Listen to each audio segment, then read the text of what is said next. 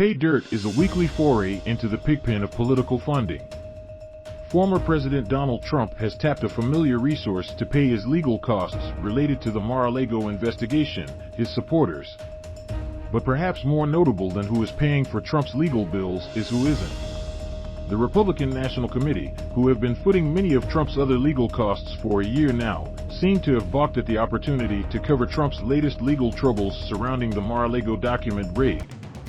On Wednesday, Politico reported that the RNC will not cover Trump's legal costs for the investigation, which had simmered for more than a year before exploding when FBI agents conducted a search of Trump's Florida home.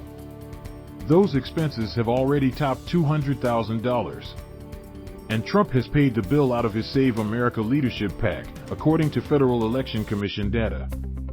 Those donor funds are defending Trump against a federal grand jury inquiry into whether he and his allies committed multiple crimes, including violations of the Espionage Act and obstruction of justice, after he hoarded sensitive records at his Florida social club and refused to return them to their proper owner, the U.S. government, for more than a year.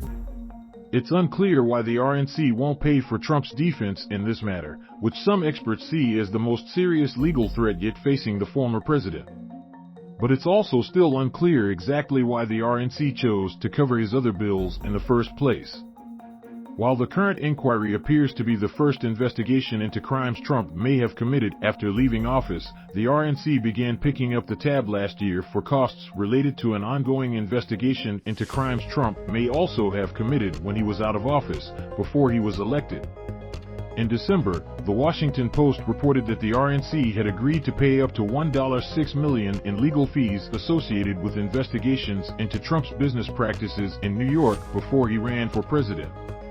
But since the first of those payments was reported in October 2021, the RNC has cracked that self-imposed ceiling, fronting nearly $1.75 million to attorneys defending Trump in those matters, according to Federal Election Commission data.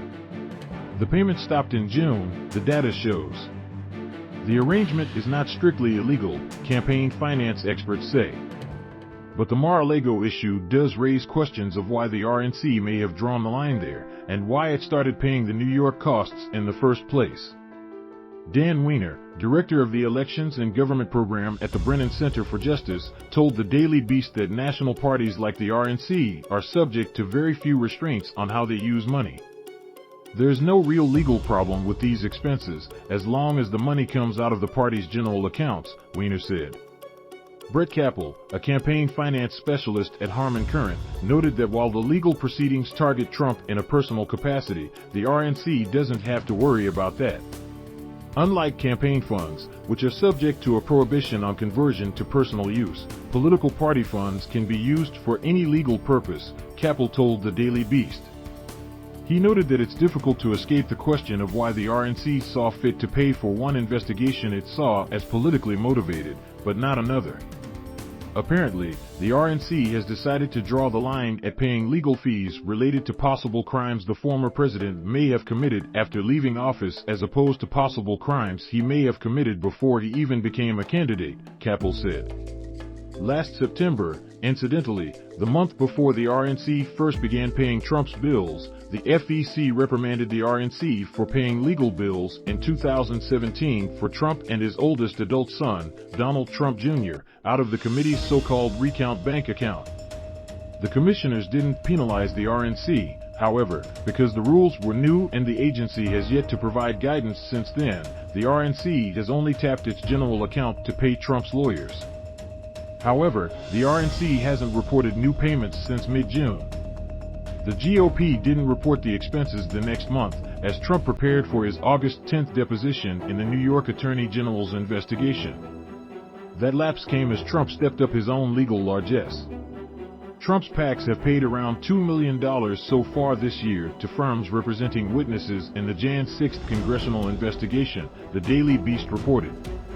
But that report didn't cover the combined $350,000 that Trump's leadership PAC paid two firms representing former White House advisor Peter Navarro, about a week after his arrest for defying a congressional subpoena.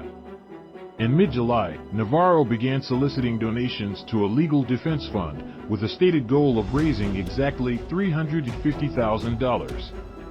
If Navarro were to use that money to repay Trump directly for fronting the legal costs, the former president would have passed hundreds of thousands of dollars in donor money out of his PAC account and recouped it personally.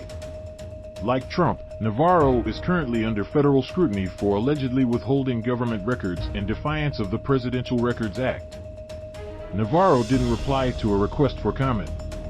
Trump's troubles in that department, however, appear far more serious and seem to grow more dire all the time. Last week, a federal judge unsealed a lengthy, heavily redacted FBI affidavit making the case that evidence of multiple crimes could be found at Mar-a-Lago.